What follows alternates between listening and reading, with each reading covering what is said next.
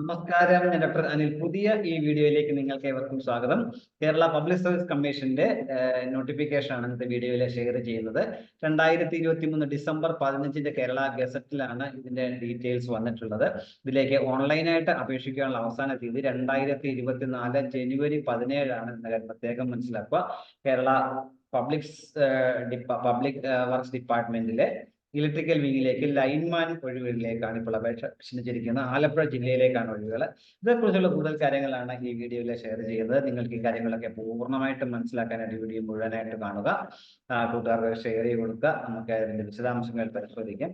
ഞാൻ പറഞ്ഞ പോലെ 2023 ഡിസംബർ 15 ഗസറ്റിലാണ് ഡീറ്റെയിൽസ് വന്നിട്ടുള്ളത്. ഇതിലേക്ക് ഓൺലൈനായിട്ട് വേണം നിങ്ങൾ അപേക്ഷ സമർപ്പിക്കാനായിട്ട്. അപേക്ഷ സമർപ്പിക്കാൻ അവസാന തീയതി 2024 ജനുവരി 17 ആണ് എന്ന് പ്രത്യേകം മനസ്സിലാക്കുക. കേരള PSCക്ക് നിങ്ങൾ ആദ്യമായിട്ടാണ് അപേക്ഷിക്കുന്നത്. ഒരു 1 ടൈം രജിസ്ട്രേഷൻ പൂർത്തിയാക്കേണ്ടതായിട്ടുണ്ട്. അതിനുശേഷമാണ് അപേക്ഷിക്കാൻ കഴിയത്തുള്ളൂ. കാര്യങ്ങൾ പിന്നീട് വിശദമാക്കാം. ഈ പോസ്റ്റ് പബ്ലിക് സർവീസ് ഡിപ്പാർട്ട്മെന്റിലേക്കാണ്, ഇലക്ട്രിക്കൽ വിങ്ങിലേക്കാണ്. പോസ്റ്റിന്റെ പേര് ലൈൻമാൻ എന്നുള്ളതാണ്. ശമ്പളത്തിൽ 26,500 മുതൽ 60,700 എന്നുള്ളതാണ്. ഇപ്പോൾ ആലപ്പുഴ ജില്ലയിലെ പ്രതീക്ഷിക്കുന്ന ഒഴിവുകളിലേക്കാണ് ഈ നോട്ടിഫിക്കേഷൻ അനുസരിച്ച് വേക്കൻസി ഫില്ല് ചെയ്യുന്നത്. നേരിട്ടുള്ള നിയമനമായിരിക്കും. 19 മുതൽ 36 വയസ്സ് വരെയുള്ളവർക്ക് അപേക്ഷിക്കാൻ കഴിയും. അതായത് 2/1/1987 1/1/2004 ഈ 2 ദിവസം ഉൾപ്പെടെ ഇടയിൽ ജനിച്ചവരായിരിക്കും. എന്നാൽ OBC നോൺ ക്രീമി ആയിട്ടുള്ളവർക്കും SC/ST കാരായിട്ടുള്ളവർക്കും കേരള ഗവൺമെന്റ് ഉയർന്ന പ്രായപരിധിയിലുള്ള ഇവിടെയും ബാധകമായിരിക്കും. ഏറ്റവും പ്രധാനപ്പെട്ട കാര്യം, ഇതിന് വേണ്ട ക്വാളിഫിക്കേഷൻസ് പറയുകയാണെന്നുണ്ടെങ്കിൽ 10ാം ക്ലാസ് പാസ്സായിരിക്കുക. അതോടൊപ്പം ഇലക്ട്രിക്കൽ എഞ്ചിനീയറിംഗിലെ 1 വർഷത്തെങ്കിലും ഉള്ള കോഴ്സുള്ള ഏതെങ്കിലും ഗവൺമെന്റ് അംഗീകൃത സ്ഥാപനത്തിൽ നിന്നുള്ള ഒരു സർട്ടിഫിക്കറ്റ്, 1 വർഷത്തെ കോഴ്സ് ചെയ്തതിനു ശേഷമുള്ള സർട്ടിഫിക്കറ്റ് പാസ്സായിരിക്കണം.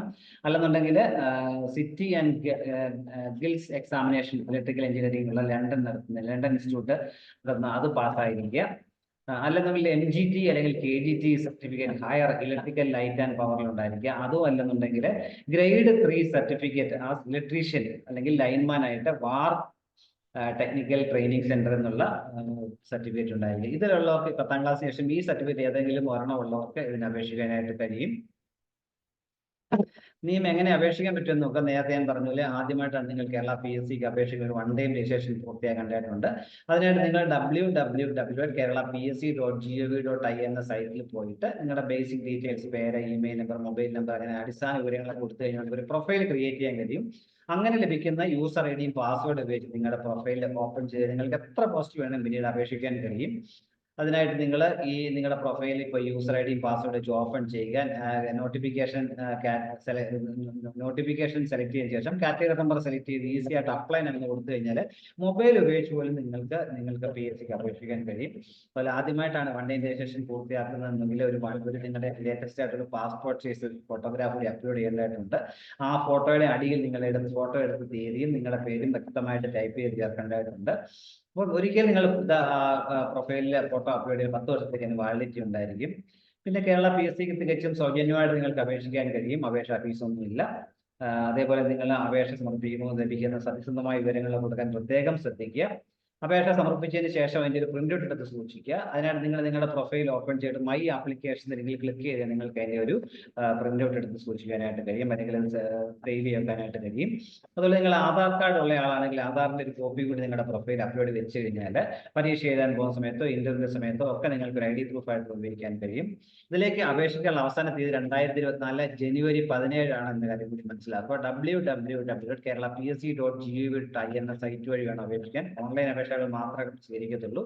അതേപോലെ ഈ പരീക്ഷ അല്ലെങ്കിൽ ഈ സെലക്ഷനുമായി ബന്ധപ്പെട്ട റിട്ടൺ ടെസ്റ്റോ OMR ടെസ്റ്റോ ഓൺലൈൻ ടെസ്റ്റോ ഒക്കെ ഉണ്ടെങ്കിൽ എഴുതാൻ റെഡി അതിന് കൺഫർമേഷൻ കൂടി നിങ്ങൾ കൊടുക്കേണ്ടതായിട്ടുണ്ട്.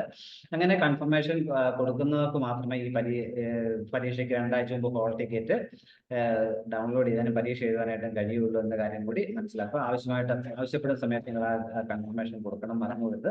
ഇത്രയും കാര്യങ്ങളാണ് ഈ വീഡിയോയിൽ ഷെയർ ചെയ്യാനുള്ള. ഇത്രയും നേരം വീഡിയോ പൂർണ്ണമായും കണ്ടതിൽ നിന്ന് രേഖപ്പെടുത്തുന്നതോടൊപ്പം ഇനി ഇതുപോലെ ഇൻഫർമേഷൻസ് ഒക്കെ ലഭിക്കാൻ നിങ്ങൾ ഈ ചാനൽ സബ്സ്ക്രൈബ്, സപ്പോർട്ട് ചെയ്യുക.